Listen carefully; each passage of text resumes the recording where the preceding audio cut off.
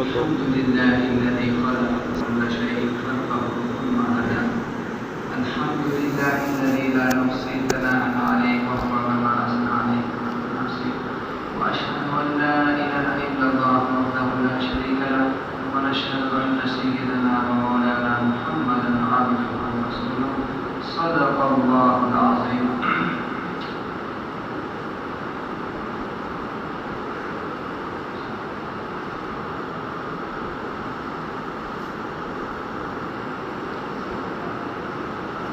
يا أيها الذين آمنوا إذا نودي للصلاة من يوم الجمعة فاسعوا إلى ذكر الله وذروا البيع ذلكم خير لكم إن كنتم تعلمون. صدق الله العظيم. میرے بھائیو دوستو، اللہ رب ذوالجلال کا جتنا بھی شکر ادا کرے وہ کم ہے. اللہ رب العزت نے ہم پر بہت احسانات کیے ہیں. سب سے بڑا فضل اور احسان ہے وہ یہ ہے کہ اللہ نے ہمارے قوم میں جان قوت دی ہے اور مسجد میں آنے کی توفیق عنایت فرمائی ہے. یہ نصیب والوں کو یہ نصیب ملتی ہے. ہم یہ نہ سمجھیں کہ میں مسجد میں آگے نماز پڑھ کے چلے گئے. نہیں، ہم پر بہت ساری ذمہ داریاں ہیں. نماز بھی ہماری ایسی نماز ہو جس کے بعد کوئی گناہ نہ ہو. نماز بھی ایسی نماز ہو جس کے بعد کوئی خطا نہ ہو بجائے تو اس میں توبہ استغفار ہو. ہمیں اللہ کی طرف رجوع کرنا ہے اور ایک طائف ہم نے جانا ہے. ابھی میں پڑھ رہا تھا کہ سانس ہے اور چانس ہے. یہ میں گفتگو کر رہا ہوں، یہ میری طاقت نہیں ہے، میرے رب کا کمال ہے. میں دیکھ رہا ہوں کہ اس میں میرا کمال نہیں ہے، یہ میرے رب کا کمال ہے.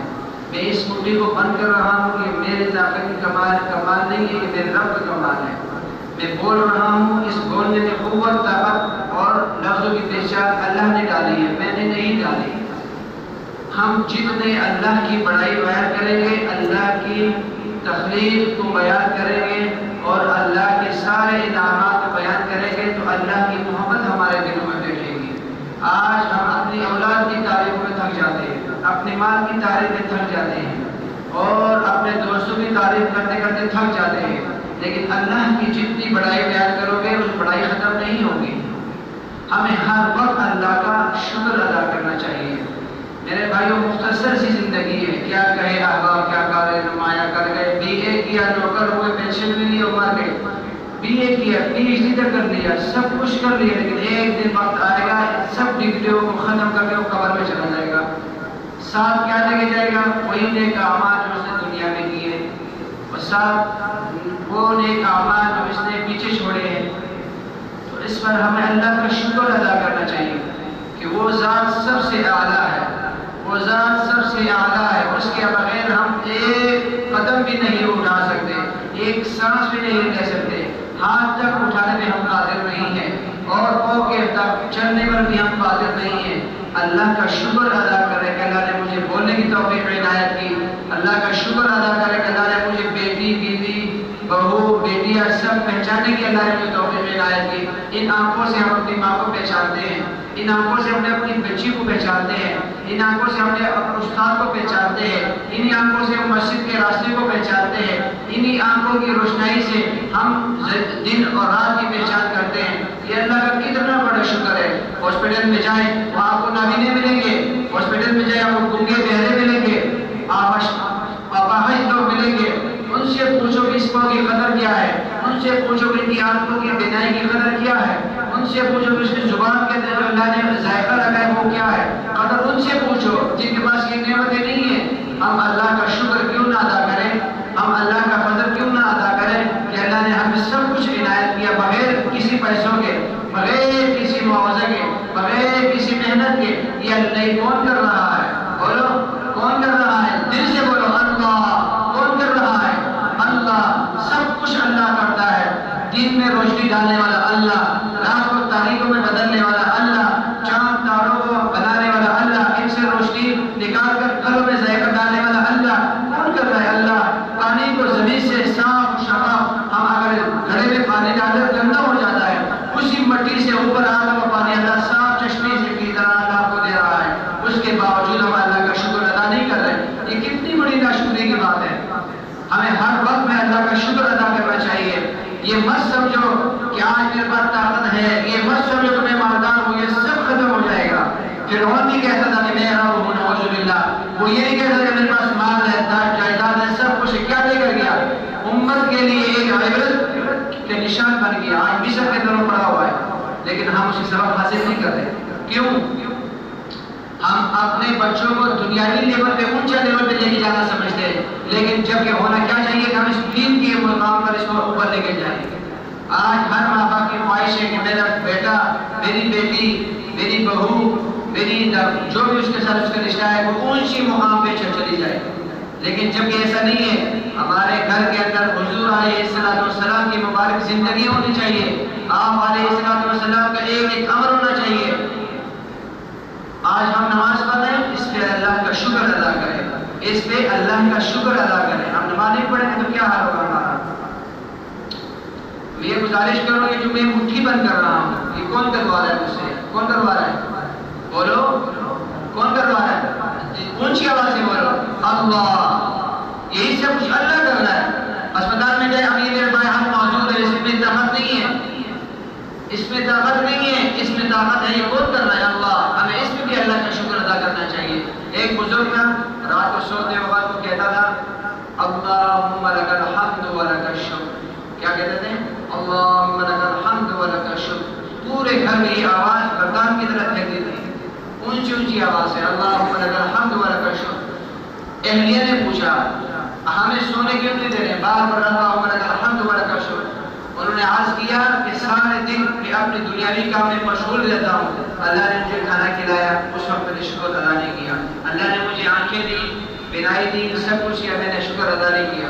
اس زبان سے میں نے پانی کی پہچان رکھی، کھانے کا ذائقہ معلوم کیا، اور تر اور خشک اور ذائقہ دار چیز کا ہم نے معاہدہ کیا، میں نے اللہ کا شکر ادا نہیں کیا۔ آج ایک ایک نعمتوں کو لے کر اس بستر میں اللہ کا شکر ادا کرو۔ ہمیں شکر ادا کیے نہیں؟ پانی ایسے پی رہے ہیں جیسے ہماری اپنی ٹینکی ہے۔ سنت کے خلاف پیو گے، ایک وقت آئے گا بیماری کا سبب بن جائے گا۔ سنت کے تابع چلو گے، دن پر جو ہے آپ کو صحت ملے گی۔ جو شخص سنت کی زندگی نہیں گزارتا، یوں سمجھ لے کہ وہ کسی ویران جگہ پہ اپنی زندگی گزار رہا ہے۔ نبی کی سنت کے اندر ایک ایک چیز شفا چھپی ہوئی ہے۔ پانی کو رات کو اٹھ کر دیکھ کر پینے کو کیوں حکم دیا گیا؟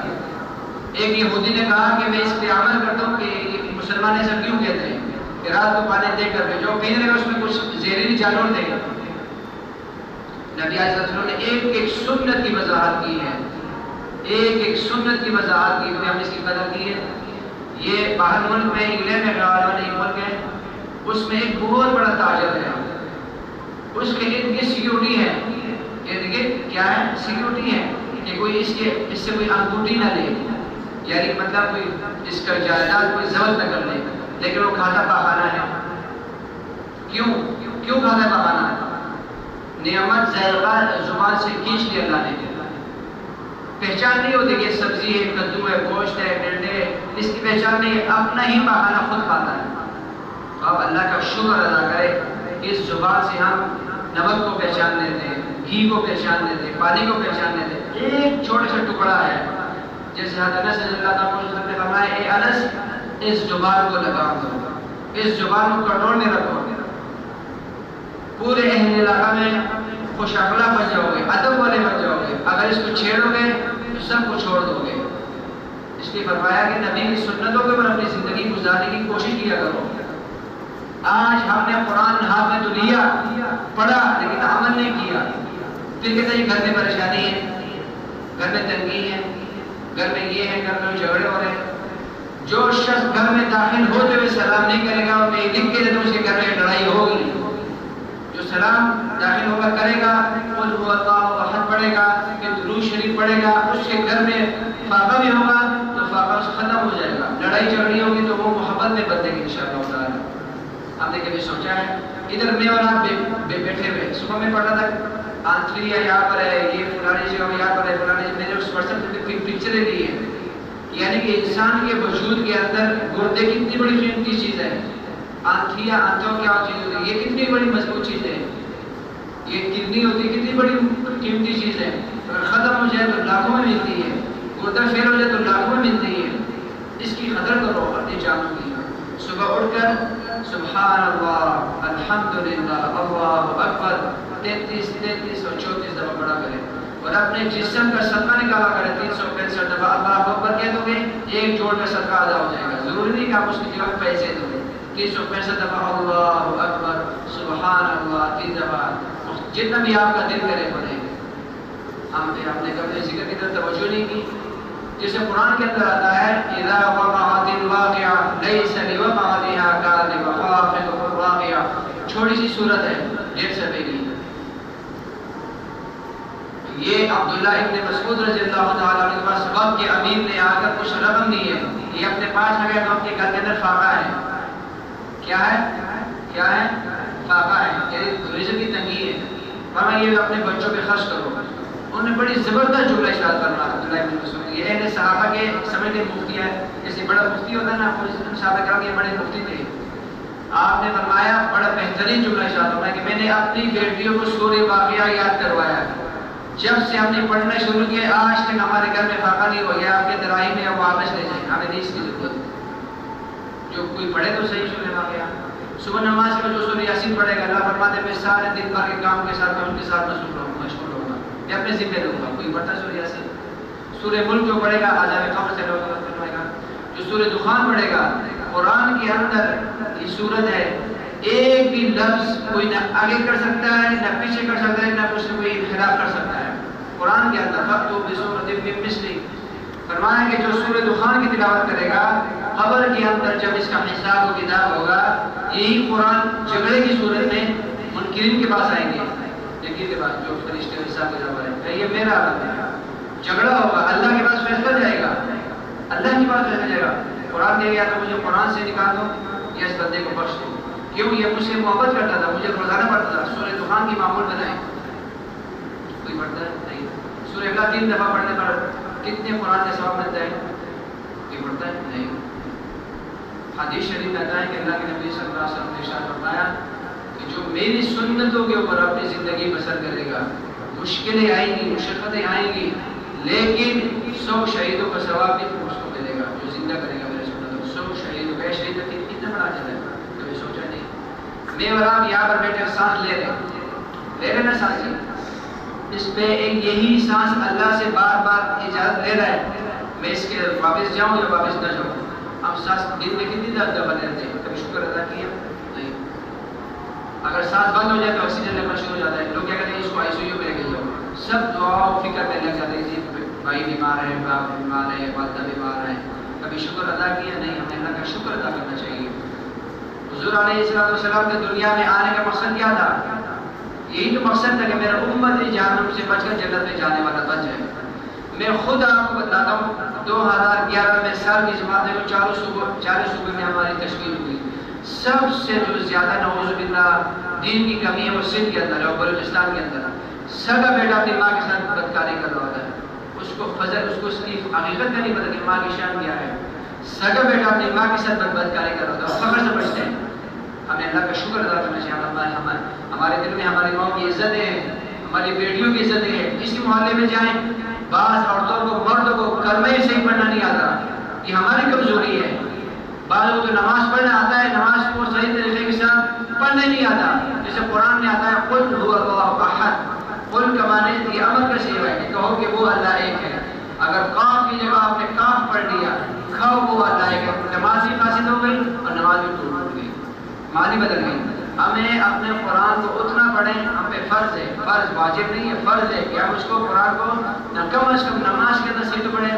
مثلاً رات کو ایک شادی ہونی ہے میں اپنے وجود میں کوئی کبھی محسوس نہیں کروں گا. سوٹ اچھے سے اچھا پہنوں گا چپل اچھے سے اچھا پہنوں گا موبائل میں سب سے اچھا کہیں میری بے عزتی نہ ہو جائے. جب اللہ کے گھر میں آتے ہیں ہمارے کپڑوں کا حال دیکھیں شرم آنی چاہیے ہمیں. آپ کو میں صحیح بتا رہا ہوں جھوٹ بتا رہا ہوں. صحیح کہہ رہا ہوں جھوٹ بول رہا ہوں. بولو نا یار میں ہی بولوں گا صحیح بول رہا ہوں جھوٹ بول رہا ہوں. ہمیں صاف ستھرا لباس پہن کے آنا چاہیے. شادی میں جاتے ہیں شادی میں ہم جاتے ہیں وہاں ٹائی اتار لیتے ہیں اچھے سے اچھا کپڑا پہن لیتے ہیں کہیں ہماری بے عزتی نہ ہو جائے. اس رب کے سامنے کھڑے ہوتے ہماری بے عزتی نہیں ہوتی. یہ نماز نصیب والوں کو نصیب ہوتی ہے ایک سجدے کا اجر اگر آپ کو پتہ چلے اس کا اجر کیا ہے تو آپ ساری زندگی سجدے کے بعد رہے. اور قیام کا پتہ چلے کہ قیام کی فضیلت کیا ہے تو آپ کو اس کی فضیلت کا پتہ چل جائے. اللہ اکبر چھوٹ گئی ساری زندگی نماز میں اس کا اجر نہیں پہنچ سکتے آپ. تکبیر اللہ کی اللہ پر چھوٹ گئی ساری زندگی نمازیں پڑھو نوافل پڑھو اس کے اجر تک نہیں پہنچ سکتے. یہ نماز اتنی بڑی فضیلت ہے ہمارے لیے. تو 5 وقت کی نماز پڑھے گا اس کے لیے کیا کیا انعامات ہیں. اللہ اکبر. فجر کی پڑھے گا تو کیا کیا انعامات ہیں. ظہر کی پڑھے گا اس سے کیا انعامات ہیں. اگر آپ یہ کہتے ہو جن کی نماز قبول ہوئی کہ نہیں ہمارے علماء فرماتے ہیں اگر آپ نے جمعے کی پڑھ کر عصر کی پڑھی سمجھ ہماری جمعے قبول ہو گئی. وہاں دل کو لے کے جائیں گے. دل میں سکون کیا ہے نماز کے لیے تڑپ کتنی ہے ہماری. ہم یہاں اگر بیٹھ جاتے ہیں ہمارا بیٹھنے کا مقصد یہ نہیں ہوتا جو خطیب صاحب یہاں کہہ کے چلے جاتے ہیں کوشش کریں گے اللہ سب سے پہلے مجھے عمل کی توفیق دے. جو بیٹھنے والا وہ خود محتاج ہے وہ کوئی فرشتہ نہیں ہے. اللہ نے بٹھایا ہے. اللہ نے آپ کو شکر ادا کرنا چاہیے کہ اللہ کوئی تو بولنے والا اس منبر کے اوپر ہمارے لیے حق کی بات کرنے والا. اللہ نہ کرے کسی اور نیشنل میں چلے جائے تو ہمارا کیا حال ہوگا. خود سوچیں آپ کیا نہیں ہو رہا پارلیمنٹوں کے اندر جس کو ہم ووٹ کے حقدار سمجھتے ہیں کیا نہیں ہو رہا وہاں پہ. ہم نے خود اپنی زندگی کو غیروں کی طرف لے کر کے ہمارا حلیہ دیکھیں ہمارا انداز دیکھیں ہماری گفتگو دیکھیں ہم کسی حال میں بھی نہیں. ہم بہت کمزور ہیں خاص کر اپنے گھروں کے اندر. اشرف صاحب رحمۃ اللہ علیہ بتایا کرتے تھے جب صبح جاتے تھے درس دینے کے لیے تو اپنے گھر والوں کو کہتے تھے آج عشاء کی نماز کے بعد اہم میٹنگ ہو رہی ہے. سب گھبرا جاتے تھے سب گھبرا جاتے تھے. تو جب رات کو آتے تھے سب سے پوچھتے تھے اپنے بہو سے اپنی بیٹیوں سے اپنی اہلیہ سے اپنے بچوں سے کہ کس نے کتنی قرآن کی تلاوت کی ہے. یہ ہوتی ہے گھر کی جو خاصیت ہوتی ہے خصوصیت. اپنے گھروں کے اندر نبی علیہ السلام اللہ کے احکامات کو اور جناب رسول اللہ صلی اللہ علیہ وسلم کی مبارک طریقوں کو اپنے گھروں میں لاؤ.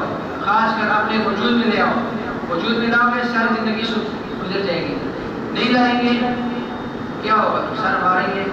100 سال کے بعد یہ جتنے بھی بیٹھے ہوئے میں ایک مثال دے رہا ہوں. میں 10 منٹ کی بھی گارنٹی دے سکتا نہ 10 سیکنڈ بھی دے سکتا ہوں. کوئی بھی نہیں ہوگا. کہاں پر ہوگا 4 فٹ چوڑائی 6 فٹ لمبائی. خود سوچو میں نے 10 گھر بنا دیے. میں نے بہت بڑا پلازا بنا دیا. 1 ارب روپے اس کا ماہانہ جتنی یومی آتا ہے. مجھے یہ بتاؤ جب میں مر کے جاؤں گا تو میرا کیا حال ہوگا. مجھے تو الٹا حساب کتاب ہوگا زیادہ ہوگا. کھائے کے بچے حساب مجھے دینا ہوگا. زندگی میں ایک چیز رکھو بریلوی دیوبندی اس چیز کو چھوڑو. ہم رب کے ہیں رب ہمارے ہیں. ہم سب کے سب ہمارے ہیں. اگر فرقہ ولاحت میں پڑ گئے سمجھ لو خود یا نعوذ باللہ دوسرے سے چلے جائیں گے. ہر ایک کو اپنے سینے کی طرف سمجھو اپنے دل کی طرف صاف سمجھو یہ میرے نبی کا امتی ہے. اگرچہ بریلوی میرے امتی نبی کا امتی ہے. دیوبندی ہے میرے نبی کا امتی ہے. علیہ السلام کا امتی ہے. آپ نے فرمایا 7 دفعہ سلام ہو گیا. کتنی دفعہ 7 دفعہ. کتنی دفعہ 7 دفعہ. ان کو جنہوں نے مجھے دیکھا نہیں بن دیکھے مجھ پہ ایمان ہے ان کو 7 دفعہ میں طرف سے مبارکباد علیکم وعلیکم السلام کو. اور مبارک ہو اس شخص کو جس نے مجھے 1 دفعہ دیکھا اس کو 1 دفعہ مبارک ہو. اہل صاحب کو 1 دفعہ فرمایا اور ہم سب کو 7 دفعہ مبارکباد دی ہے. 7 دفعہ. پھر فرمایا کہ میرا دل چاہتا ہے کہ میں اپنے بھائیوں سے ملوں. صاحب نے آج کہا ہم کوئی بھائی نہیں. فرمایا آپ میرے بھائی نہیں میرے صاحب میرے بھائی وہ ہے جو مجھے بن دے کے مجھ پہ ایمان ہے وہ میرے بھائی ہیں. مجھے اور آپ کو بھائی کا لقب دیا گیا. کبھی سوچا ہم نے کبھی سوچا ہے. اگر آپ اللہ کے گھر کی زیارت کرنا چاہتے ہو میں آپ کو ایک وظیفہ بتا دوں. ایک تو نماز والا درود شریف کثرت سے پڑھو. میں رنگمہن چوک میں ایک مولانا صاحب کے پاس بائک پہ بیٹھا اتنے فاصلے میں یہاں سے کے بعد چوک گیا. میں نے کہا حضرت آپ ہر سال جاتے ہوئے ہمیں بھی وظیفہ بتا دو اپنی مہربانی. الحمد للہ اتنی وسائل تو نہیں ہے. علماء نے کہا کہ ہر جب بھی اذان ہو جائے یہ یاد رکھ لو ذہنوں میں جب لے کے جانے والے